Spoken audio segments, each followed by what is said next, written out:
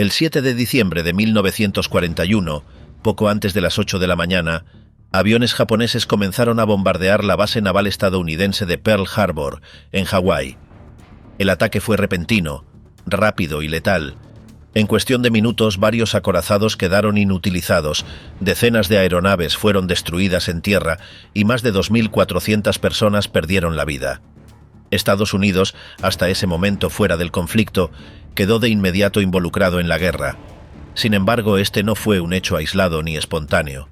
La relación entre Japón y Estados Unidos ya estaba deteriorada desde hacía años. Las tensiones por el control del Pacífico, las restricciones económicas impuestas por Washington y los intereses militares del gobierno japonés generaron un escenario cada vez más difícil de sostener. A lo largo de meses, mientras se hablaba de paz, se preparaba un ataque. Las señales de advertencia existieron, pero no fueron atendidas a tiempo. La historia de Pearl Harbor no comienza con los disparos, sino con una cadena de decisiones y omisiones que se acumularon en silencio. ¿Cómo se llegó exactamente hasta ese punto?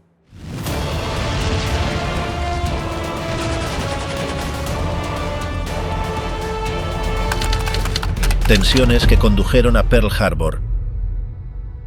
El 7 de diciembre de 1941 no fue el comienzo repentino de un conflicto aislado, sino el punto crítico de una serie de tensiones acumuladas durante años entre Japón y Estados Unidos. La rivalidad entre ambas potencias se intensificó a lo largo de la década de 1930, alimentada por había sido tomada. La pregunta ya no era si habría guerra, sino cuándo comenzaría. La operación secreta de Yamamoto. Durante los primeros meses de 1941, el gobierno japonés evaluó opciones ante las restricciones impuestas por Estados Unidos. En los círculos militares se fortaleció la idea de una acción armada que asegurara los recursos del sudeste asiático. Esta decisión requería neutralizar de forma inmediata la capacidad ofensiva de la flota del Pacífico de Estados Unidos. El alto mando naval japonés comenzó a elaborar un plan específico contra la base de Pearl Harbor. El proyecto fue encabezado por el almirante Isoroku Yamamoto, comandante de la flota combinada. Desde el principio sostuvo que si Japón entraba en lugar de concentrarse en las rutas del sudeste asiático. No obstante, Yamamoto insistió en que sin una acción inicial de esa magnitud, el esfuerzo japonés estaría en desventaja desde el principio. Su autoridad, combinada con su prestigio, inclinó la decisión a su favor. El plan se basaba en una operación naval con participación aérea exclusiva. Se descartó el uso de tropas terrestres o desembarcos. El objetivo era lanzar un ataque sorpresa que destruyera la mayor cantidad posible de buques de guerra estadounidenses mientras permanecían anclados. Para ello, se requería un entrenamiento intensivo de las tripulaciones y una modificación técnica de los torpedos, que debían funcionar en aguas poco profundas. Durante el verano de 1941, se construyó una réplica parcial del puerto de Pearl Harbor en aguas japonesas. Allí se realizaron ejercicios constantes con aviones torpederos, bombarderos en picado y cazas. Se ajustaron las técnicas de navegación, las rutas de aproximación y los tiempos de lanzamiento. El objetivo era lograr precisión absoluta en condiciones reales. Las fuerzas seleccionadas para la misión formaron una unidad especial. Se asignaron 6 portaaviones, acompañados por 2 acorazados, 3 cruceros, 11 destructores y varios submarinos. Esta flota operaría de forma autónoma, manteniendo silencio radial completo desde el momento de su salida. Cada comandante recibió instrucciones específicas y fue informado de su papel en el orden de ataque. En paralelo, los servicios de inteligencia japoneses trabajaron para obtener datos sobre la rutina de la base de Pearl Harbor. Se recurrió al agregado naval en Hawái, quien enviaba informes codificados sobre la posición de los buques, el tráfico aéreo y los niveles de actividad. Con esta información se confirmaba que los fines de semana solían tener menor actividad y que los principales acorazados estaban concentrados en la isla de Oahu. Los estrategas definieron que el ataque se realizaría en domingo. La elección respondía a la observación de que, en ese día, el nivel de alerta era reducido y la mayoría de las tripulaciones descansaban. Además, se preveía que un golpe sorpresivo en esas condiciones generaría mayor impacto y desorganización. La operación fue denominada de forma 31, se fijó el día definitivo para la ejecución. Los oficiales a cargo informaron a sus subordinados que se prepararan para una acción de gran alcance. No se dieron detalles del objetivo hasta el último momento. El alto mando japonés temía que cualquier filtración pusiera en riesgo el elemento de sorpresa. La planificación del ataque a Pearl Harbor se convirtió en una prioridad estratégica. Fue concebida como una acción limitada, cuyo propósito era ganar tiempo para asegurar otras conquistas. Nadie en Tokio consideraba que el ataque, por sí solo, garantizara la victoria. El propósito era causar un daño inicial suficiente para obligar a Estados Unidos a negociar bajo presión. Rumbo a Hawái sin ser detectados. El 16 de noviembre de 1941, la flota japonesa encargada del ataque a Pearl Harbor partió desde la bahía de Itokapu, al norte de Japón. Lo hizo bajo el mando del vicealmirante Chuichi Nagumo, comandante de la primera flota aérea. La orden de zarpar fue emitida con discreción y solo los mandos superiores conocían el destino final. Las unidades se desplegaron en formación dispersa para reducir el riesgo de detección. La ruta elegida fue por el Pacífico Norte, una zona poco transitada y con condiciones climáticas inestables. Esta elección tenía como objetivo evitar contactos con embarcaciones comerciales o navales que pudieran alertar a las fuerzas estadounidenses. La flota navegó sin utilizar radio, en completo silencio de comunicaciones. Cualquier señal emitida durante la travesía habría comprometido la operación. El avance fue constante y coordinado. Las unidades mantenían una velocidad limitada para garantizar que todos los buques permanecieran en formación. Se emitieron instrucciones estrictas sobre el uso de luces, el control del ruido y la vigilancia continua del horizonte. Las condiciones meteorológicas eran adversas, con viento fuerte y visibilidad reducida en varios tramos, lo que favoreció el ocultamiento. Cada buque recibió instrucciones precisas sobre las maniobras a realizar en caso de ser detectado. Si algún navío encontraba una embarcación civil o militar, debía desviarse o incluso hundirla si representaba una amenaza para el secreto de la misión. Esta posibilidad fue contemplada como un último recurso. Mientras la flota avanzaba, se establecieron puntos de control temporales para verificar posiciones y ajustar el curso. Las reuniones entre oficiales eran breves y estrictamente técnicas. No se compartían comentarios sobre el objetivo o la fase siguiente de la operación.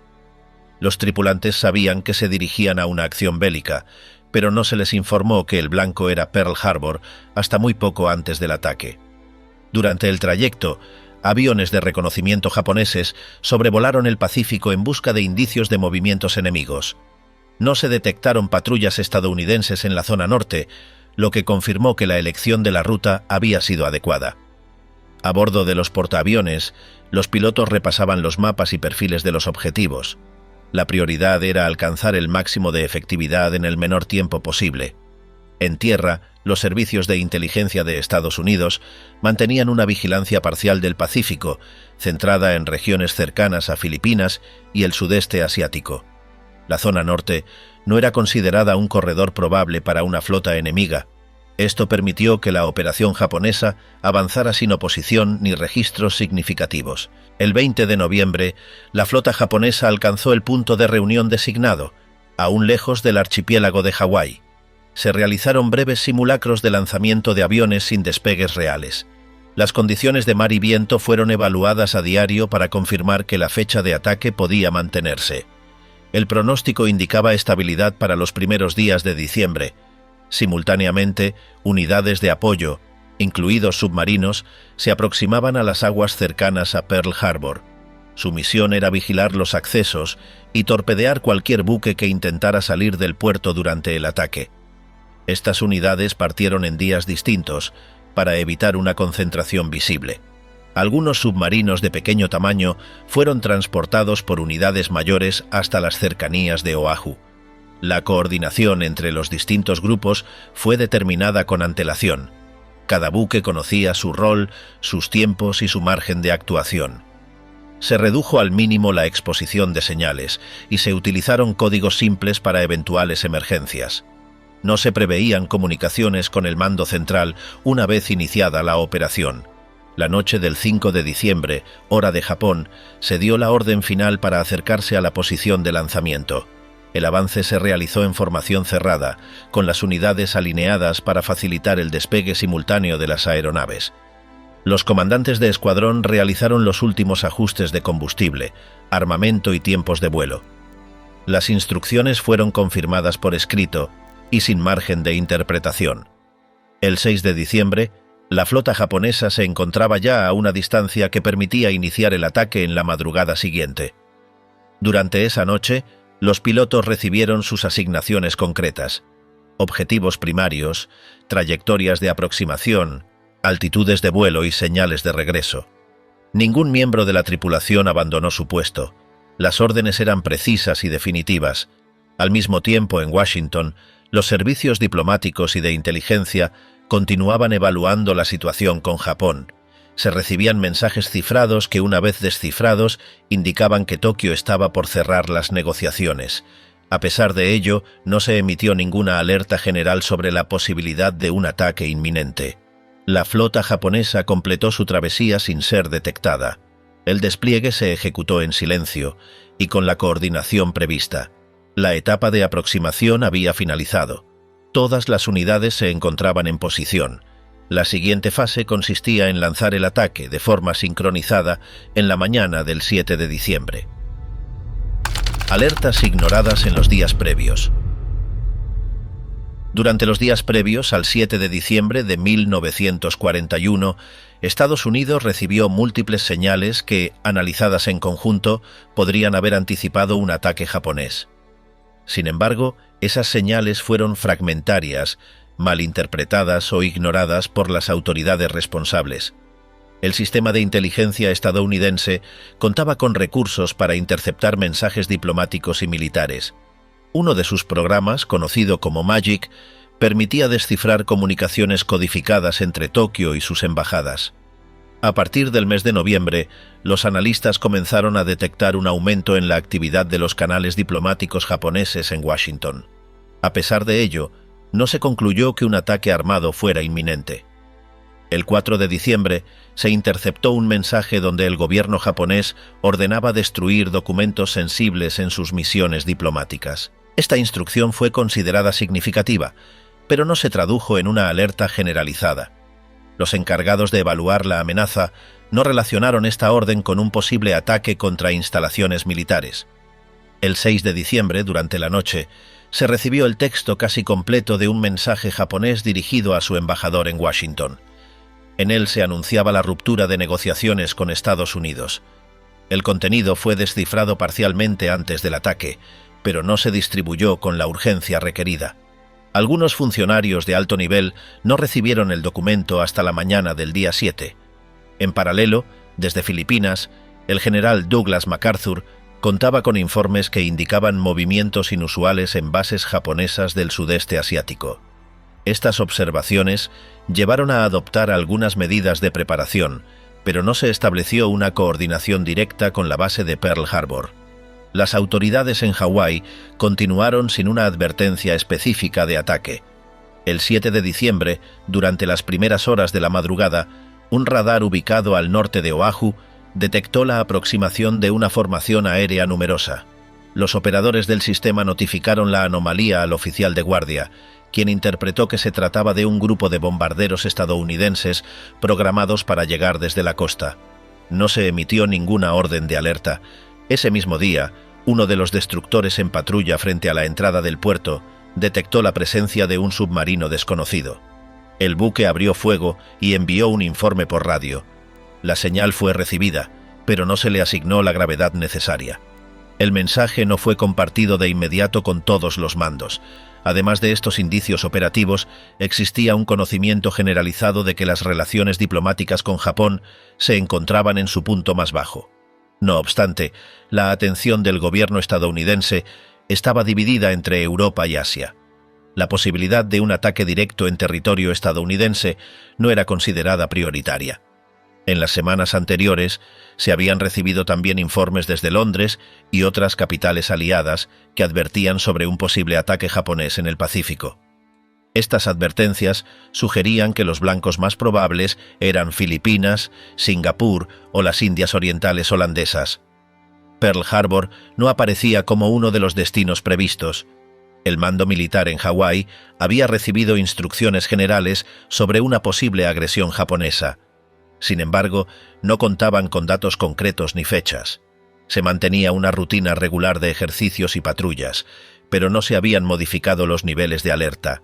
Los aviones se encontraban agrupados en los campos de aviación, lo que los hacía más vulnerables en caso de ataque. Algunos funcionarios civiles y militares, tanto en Washington como en el extranjero, plantearon preocupaciones específicas en reuniones previas al ataque. Pero esas advertencias fueron diluidas entre numerosos informes y análisis. No hubo una acción centralizada que recopilara y sintetizara la información disponible.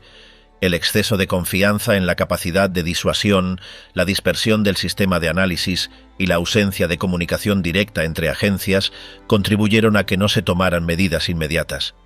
Cada elemento, considerado por separado, no resultó suficiente para activar una respuesta. En conjunto, sin embargo, formaban un patrón que señalaba con claridad el riesgo de una ofensiva. El 7 de diciembre comenzó como cualquier otro domingo para las unidades estacionadas en Hawái. No se había emitido ningún tipo de alerta anticipada, ni se había reorganizado la defensa de la base naval.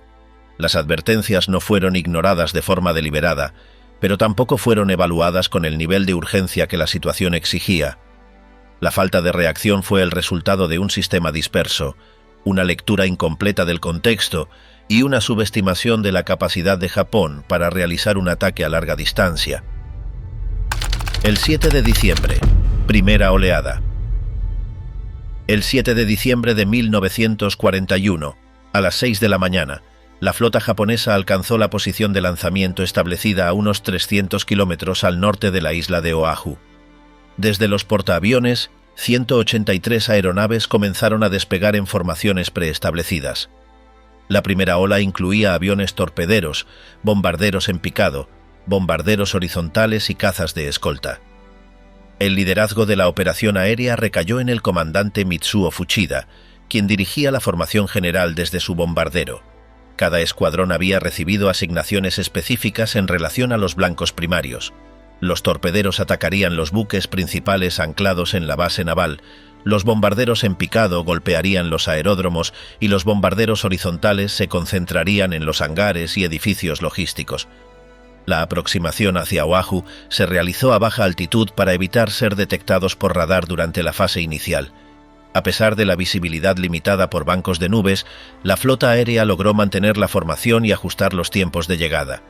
A medida que se acercaban a la isla, los pilotos confirmaron que no existía alerta aérea significativa. A las 7:49, Fuchida envió la señal de ataque mediante una transmisión codificada. Simultáneamente, las primeras bombas comenzaron a caer sobre los aeródromos de Hickam Field, Wheeler Field y Bellows Field. La intención era inutilizar la capacidad de respuesta aérea estadounidense antes de atacar los objetivos navales. En los primeros minutos, los aviones japoneses lograron destruir gran cantidad de aeronaves en tierra. La mayoría de los aviones estadounidenses estaban alineados en filas abiertas, facilitando su vulnerabilidad. Muchos fueron alcanzados antes de poder despegar. El fuego antiaéreo estadounidense se activó rápidamente, pero su intensidad inicial fue limitada debido al estado de reposo de las unidades. Mientras los aeródromos eran atacados, los torpederos y bombarderos se dirigieron hacia la bahía de Pearl Harbor. El principal objetivo eran los acorazados anclados en la llamada hilera de acorazados.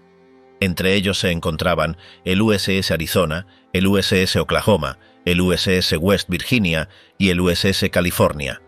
Los torpederos, utilizando torpedos especialmente adaptados para aguas poco profundas, lanzaron sus armas a baja altitud. Las defensas antiaéreas de los buques comenzaron a responder, pero el ataque logró sus primeros impactos en cuestión de minutos. El USS Oklahoma fue alcanzado por varios torpedos y comenzó a escorar rápidamente. El USS West Virginia también sufrió múltiples impactos, quedando gravemente dañado. Simultáneamente, bombarderos en vuelo horizontal lanzaron bombas de gran tamaño sobre los buques. El USS Arizona recibió un impacto directo que alcanzó una de sus Santa Bárbaras, provocando una explosión interna de gran magnitud. El buque se hundió en pocos minutos, llevándose consigo a la mayoría de su tripulación. La reacción estadounidense fue inmediata pero desordenada. Las tripulaciones que lograron llegar a sus puestos intentaron activar las baterías antiaéreas, organizar brigadas de incendio y salvar a los heridos. Muchos marineros, sorprendidos mientras desayunaban o en actividades rutinarias, se vieron obligados a improvisar respuestas bajo ataque. La primera oleada japonesa duró aproximadamente 30 minutos. En ese lapso, la base aérea de Hickam sufrió daños severos, con varios hangares destruidos y numerosos aviones inutilizados. Wheeler Field y Bellows Field también quedaron prácticamente inoperativos. En el área naval, el USS Nevada logró iniciar maniobras para abandonar el puerto, aunque bajo intenso ataque aéreo.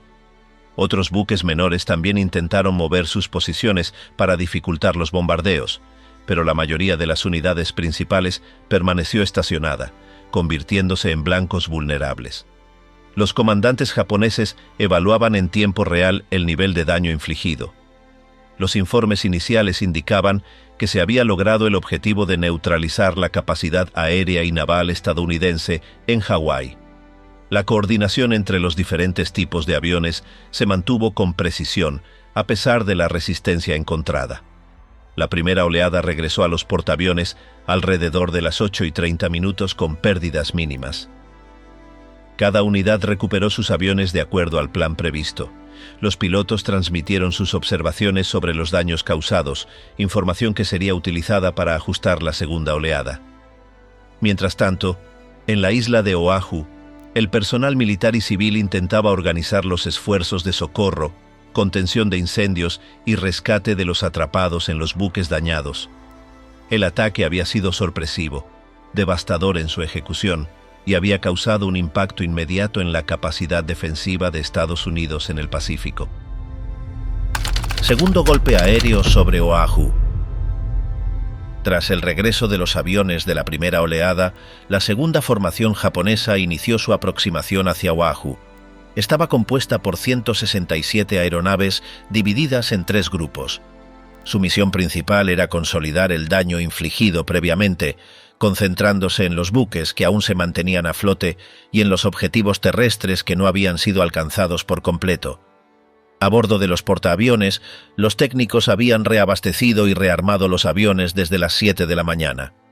La segunda oleada despegó poco después de las 8:30.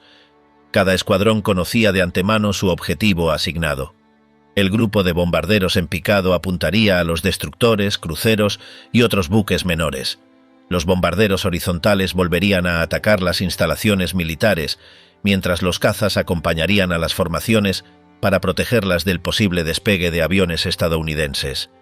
Durante el trayecto, los pilotos recibieron información parcial de lo ocurrido en la primera fase.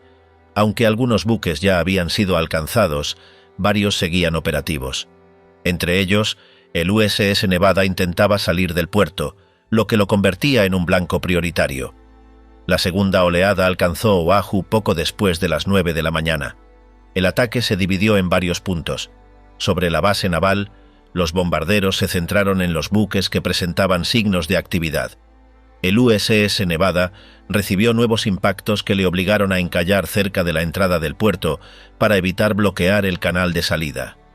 El USS Pennsylvania, que se encontraba en dique seco, fue alcanzado por bombas que dañaron su cubierta y estructuras adyacentes.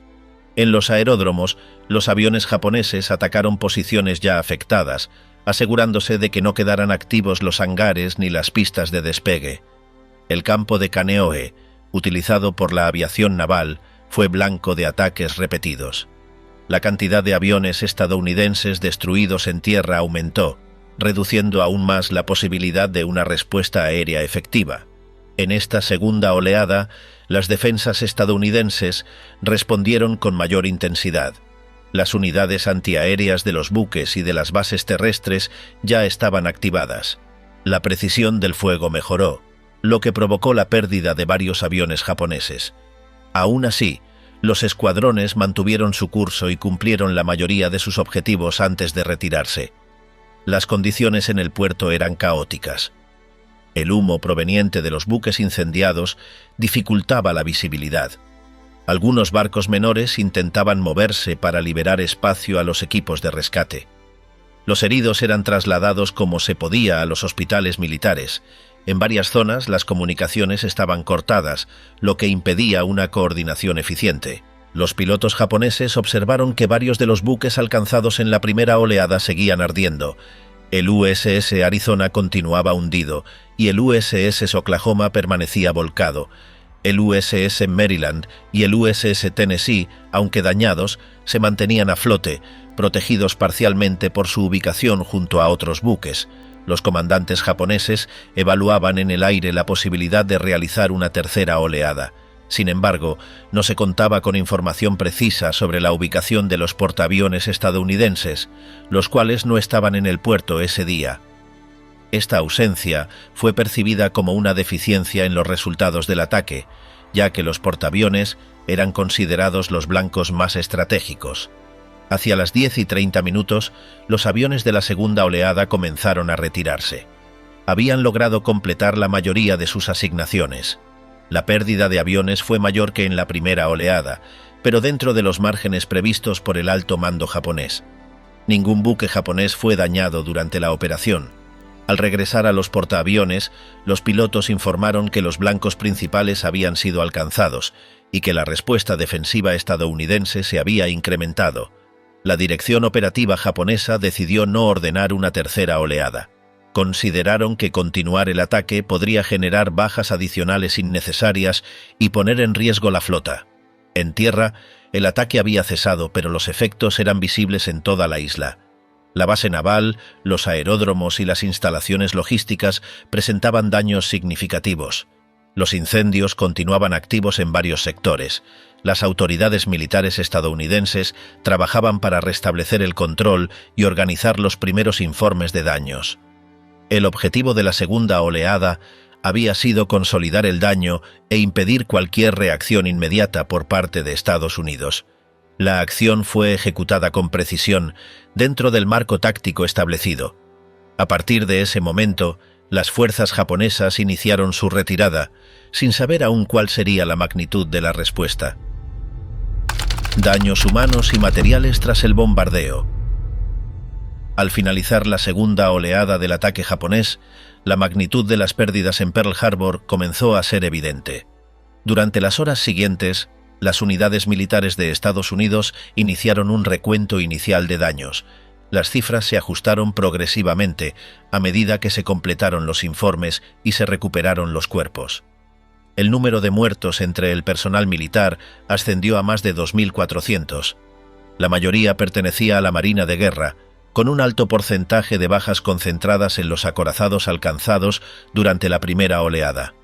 El buque con mayor número de fallecidos fue el USS Arizona, donde se registraron más de 1.100 muertes debido a la explosión interna provocada por una bomba que penetró su cubierta. El USS Oklahoma sumó más de 400 muertes, tras volcar por el impacto de varios torpedos. El resto de las bajas se distribuyó entre el USS West Virginia, el USS California, el USS Nevada, el USS Maryland, el USS Tennessee y otros buques menores. También hubo víctimas en tierra, especialmente en las bases aéreas de Hickam, Wheeler y Kaneohe, donde el personal fue alcanzado durante los bombardeos o por incendios posteriores. Además de los fallecidos, más de 1.100 personas resultaron heridas.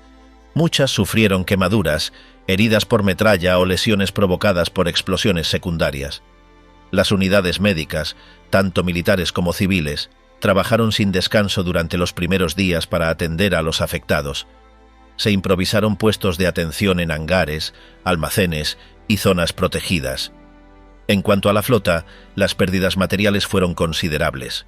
4 acorazados quedaron hundidos: el USS Arizona, el USS Oklahoma, el USS West Virginia y el USS California.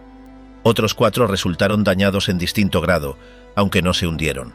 El USS Nevada fue alcanzado mientras intentaba salir del puerto, sufrió daños importantes y tuvo que encallar para evitar obstruir el canal.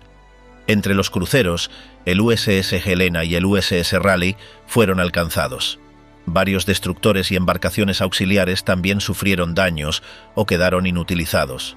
En total, más de una veintena de buques fueron impactados durante el ataque, algunos con daños estructurales graves. La aviación estadounidense en Hawái perdió cerca de 200 aviones. La mayoría fue destruida en tierra antes de poder despegar. Las aeronaves estaban alineadas en filas y expuestas, lo que facilitó su destrucción por parte de los bombarderos japoneses. Muy pocos aviones lograron alzar vuelo durante el ataque, y solo unos cuantos enfrentaron brevemente a los cazas enemigos. Las instalaciones terrestres también fueron severamente afectadas. En Hickam Field, varios edificios fueron destruidos o dañados. Lo mismo ocurrió en Wheeler Field y en las estaciones aéreas de la Marina. Los sistemas de comunicación sufrieron interrupciones y los servicios eléctricos fueron afectados por incendios y explosiones. Varios depósitos de combustible quedaron destruidos, lo que dificultó las operaciones en los días posteriores. Las pérdidas no se limitaron al ámbito militar. También se reportaron víctimas entre la población civil. Algunas zonas residenciales cercanas a las bases fueron alcanzadas accidentalmente por disparos antiaéreos o explosiones secundarias. Las cifras exactas variaron, pero se confirmaron varias muertes de civiles y un número no precisado de heridos. La reacción inicial de las autoridades estadounidenses fue establecer prioridades. Primero, se aseguró el rescate de sobrevivientes atrapados en los buques hundidos o dañados. Luego, se organizó el traslado de heridos a los hospitales disponibles. Se inició también la contención de incendios, especialmente en el USS Arizona, el USS California Capitales, lo que alteró su disposición inicial en el Pacífico. La ausencia de portaaviones en Pearl Harbor durante el ataque evitó que estos fueran destruidos, lo que tendría consecuencias estratégicas más adelante. Sin embargo, la pérdida de acorazados y el estado general de la base representaron un retroceso inmediato en la capacidad militar estadounidense en esa región.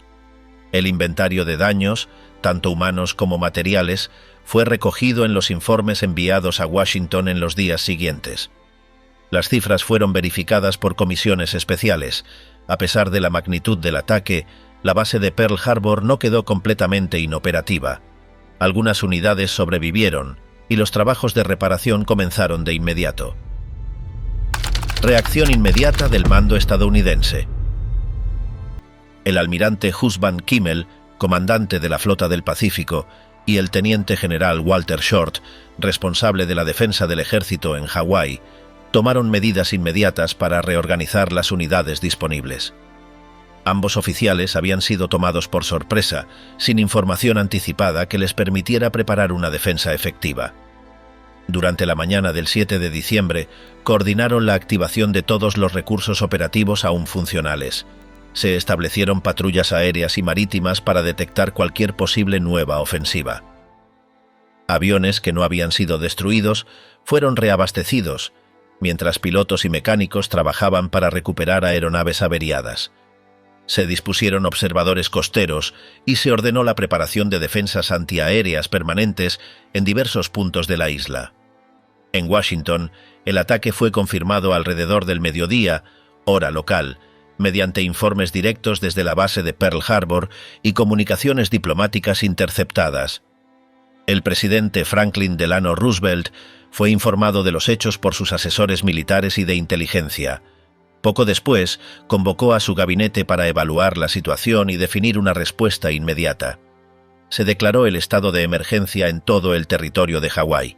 Se activaron medidas de seguridad adicionales en las costas del Pacífico continental. La Marina y el Ejército comenzaron a movilizar unidades de reemplazo y se dio prioridad al envío de personal médico, ingenieros y suministros logísticos hacia las islas. Mientras tanto, información detallada sobre lo ocurrido. Se organizaron audiencias especiales para recoger testimonios de oficiales destacados y responsables de la defensa en Hawái. Las declaraciones de Kimmel y Short fueron especialmente examinadas, dado su rol central. Ambos fueron relevados de sus cargos pocos días después, en espera de investigaciones más amplias. El Departamento de Guerra coordinó el envío de unidades adicionales al Pacífico. Se aceleraron procesos de alistamiento, entrenamiento y despliegue. Las principales bases navales en la costa oeste comenzaron a operar bajo estado de máxima alerta. Se dispusieron ejercicios de simulación ante la posibilidad de ataques similares en otras regiones. En el plano diplomático, el Departamento de Estado suspendió todas las relaciones con Japón. Los embajadores fueron llamados a consulta y se cerraron las sedes diplomáticas. Los ciudadanos japoneses residentes en Estados Unidos fueron objeto de medidas restrictivas. La ofensiva no había sido limitada a Hawái. Simultáneamente, Japón atacaba Filipinas, Malasia, Guam y Hong Kong. Esto confirmó que se trataba de una operación de gran escala, diseñada para alterar el equilibrio militar en todo el Pacífico. El presidente Roosevelt mantuvo comunicación constante con los principales líderes militares. Se redactaron los primeros borradores para una declaración oficial de guerra. Los altos mandos del ejército y la marina comenzaron a diseñar planes de contraataque y reorganización de fuerzas. En paralelo, se evaluó el estado de las industrias bélicas, con el fin de aumentar la producción en los meses siguientes. En los medios de comunicación, el ataque fue reportado a través de comunicados oficiales. La noticia se transmitió por radio y prensa escrita con detalles parciales en un primer momento. La información se fue actualizando a medida que llegaban nuevos informes desde Hawái. La reacción de la población fue inmediata. Se registraron manifestaciones espontáneas en diversas ciudades, acompañadas por expresiones de apoyo a las Fuerzas Armadas. Las principales cadenas radiales transmitieron los mensajes del presidente y otros funcionarios. Se pidió calma a la población y se solicitó la colaboración de todos los sectores para enfrentar la nueva situación. El sentimiento general era de indignación y unidad frente a lo ocurrido. Los organismos encargados de la defensa civil comenzaron a organizar entrenamientos, simulacros de evacuación y campañas de información. Se reforzaron las comunicaciones entre los niveles federal, estatal y local. Las medidas adoptadas en los días posteriores al ataque marcaron el inicio de una transformación completa en la postura defensiva de Estados Unidos. La entrada oficial de Estados Unidos en la guerra. El 8 de diciembre de 1941, a primeras horas de la mañana, el presidente Franklin Delano Roosevelt se dirigió al Capitolio para solicitar al Congreso de Estados Unidos una declaración formal de guerra contra Japón. El ataque a Pearl Harbor había ocurrido 24 horas antes, y la magnitud de los daños era ya conocida por los legisladores y por la opinión pública. La sesión del Congreso fue convocada con carácter de urgencia. La Cámara de Representantes y el Senado se reunieron en sesión conjunta. El recinto estaba lleno, con la presencia de senadores, congresistas, jueces, miembros del gabinete y representantes de las Fuerzas Armadas. La asistencia de Roosevelt en persona subrayó la gravedad de la situación. El presidente leyó un mensaje breve, redactado con precisión por su equipo. En su intervención, describió el ataque japonés como deliberado, sorpresivo y coordinado. Detalló que no solo Pearl Harbor había sido blanco de agresión, sino también otras zonas bajo responsabilidad estadounidense, como Filipinas, Guam y la isla Wake. El mensaje hizo énfasis en que Japón había enviado delegados diplomáticos a Washington al mismo tiempo que preparaba la ofensiva. Roosevelt no empleó términos emotivos ni recurrió a descripciones gráficas. Mantuvo un tono firme y directo. Señaló que los hechos constituían un acto de guerra y que Estados Unidos debía responder de manera inmediata. Concluyó solicitando al Congreso que reconociera el estado de guerra entre la nación y el Imperio del Japón, con efecto retroactivo al momento del ataque. Tras la intervención del presidente, los legisladores iniciaron el proceso formal de votación. En la Cámara de Representantes, el resultado fue de 438 votos a favor y 1 en contra. En el Senado, la resolución fue aprobada por unanimidad. El único voto disidente fue emitido por una congresista que, aunque condenó el ataque, se opuso a toda forma de guerra por principios personales. Su voto no alteró la aprobación general ni generó debate significativo. Una vez adoptada la resolución, el Congreso transmitió la decisión al Ejecutivo. Capacidad operativa de las Fuerzas Armadas. La noticia fue difundida a través de todos los canales de comunicación. Las estaciones de radio interrumpieron su programación para leer la resolución. Los periódicos publicaron ediciones especiales con los detalles del proceso legislativo. Las oficinas de correos, estaciones ferroviarias y edificios públicos colocaron carteles informativos con instrucciones para la población en caso de movilización o emergencias. Simultáneamente, las unidades militares recibieron órdenes de preparación. El ejército, la marina y la fuerza aérea reorganizaron sus mandos, incrementaron el nivel de alerta en todos los frentes y aceleraron los entrenamientos. Se dictaron directrices para priorizar el despliegue de tropas en el Pacífico y para coordinar la defensa del territorio continental.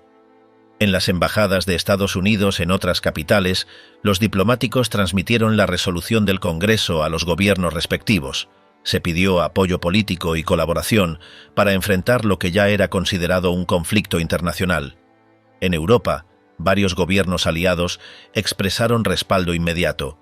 En América Latina, los gobiernos comenzaron a reevaluar sus relaciones diplomáticas con Japón. En paralelo, el Departamento del Tesoro activó mecanismos para congelar los activos financieros de ciudadanos japoneses residentes en el país. También se adoptaron medidas para supervisar las operaciones bancarias, los envíos postales y las comunicaciones internacionales. Se iniciaron registros en puertos, estaciones ferroviarias y zonas sensibles. Durante las horas posteriores a la declaración, comenzaron a llegar voluntarios a las oficinas de reclutamiento. Jóvenes de distintas ciudades se presentaron para alistarse en las Fuerzas Armadas. Las universidades, fábricas y sindicatos emitieron comunicados expresando apoyo al gobierno. Las organizaciones de defensa civil intensificaron sus actividades. La declaración de guerra del 8 de diciembre marcó el inicio formal de las repercusiones estratégicas iniciales. Tras el ataque a Pearl Harbor y la declaración oficial de guerra, comenzaron a manifestarse consecuencias estratégicas inmediatas tanto para Estados Unidos como para Japón. La situación en el Pacífico se transformó de forma acelerada en los días siguientes al 7 de diciembre de 1941. En primer lugar, Estados Unidos perdió la capacidad operativa de una parte considerable de su flota del Pacífico. Aunque varios buques dañados fueron posteriormente recuperados o reparados, durante las primeras semanas su ausencia dejó una brecha significativa en la defensa del archipiélago hawaiano y de otras zonas insulares. La flota quedó limitada en sus desplazamientos, sin capacidad inmediata para realizar contraataques de envergadura. Los portaaviones estadounidenses, que no se encontraban en Pearl Harbor durante el ataque, fueron designados como el nuevo eje central de las operaciones navales. Las autoridades militares modificaron su doctrina para adaptarse a una guerra basada en proyecciones aéreas desde la ofensiva. Se establecieron bases aéreas temporales y se ocuparon puertos clave para asegurar el flujo de suministros. No obstante, la ausencia de los portaaviones estadounidenses en Pearl Harbor generó preocupación entre algunos oficiales japoneses. La flota aérea no logró ubicar ni dañar a esas unidades, lo que representó una omisión estratégica. Esa situación llevó a debates internos sobre la conveniencia de una tercera oleada durante el ataque inicial, que finalmente no se ejecutó. En Estados Unidos, la opinión pública se unificó de forma inmediata tras el ataque. Las manifestaciones de respaldo al gobierno y a las Fuerzas Armadas se reflejaron en el aumento del alistamiento voluntario. Los centros de reclutamiento recibieron cifras récord de aspirantes. También se inició una movilización industrial, con la reconversión de fábricas civiles en plantas de producción militar. El Congreso aprobó de forma urgente asignaciones presupuestarias para ampliar las capacidades del Ejército, la Marina y la Fuerza Aérea. Se establecieron nuevos impuestos, se emitieron bonos de guerra y se promovieron campañas de ahorro entre la población.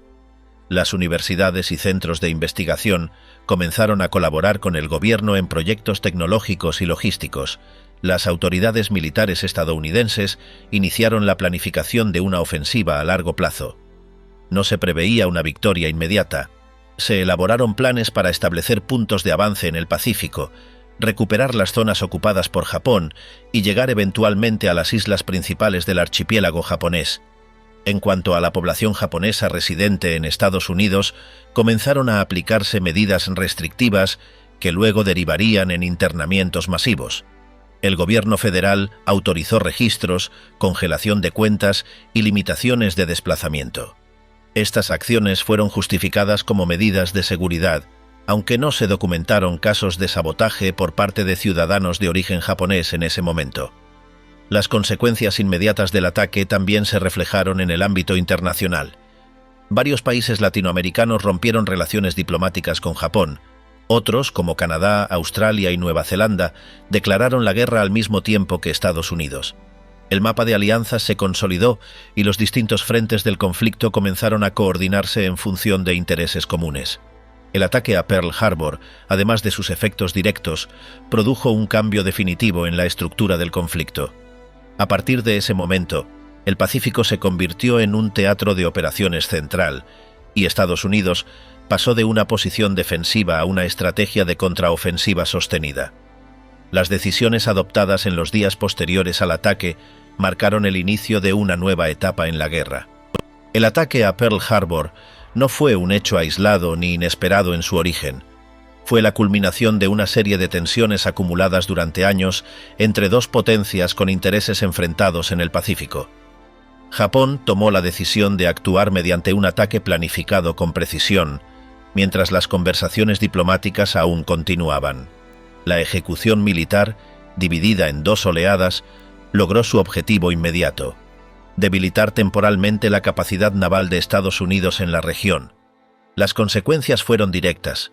Estados Unidos declaró la guerra al día siguiente, y otras potencias se alinearon de forma escalonada en los días posteriores. A partir de ese momento, el conflicto se expandió globalmente con la participación activa de nuevos frentes. La guerra en el Pacífico adquirió una dimensión total, con implicaciones militares, políticas y estratégicas de largo alcance. La batalla de Pearl Harbor marcó el inicio formal de esa nueva etapa. Todos los elementos que la precedieron y la siguieron se desarrollaron sin interrupción. El desenlace no se cerró en un solo día, pero comenzó de forma clara la mañana del 7 de diciembre de 1941.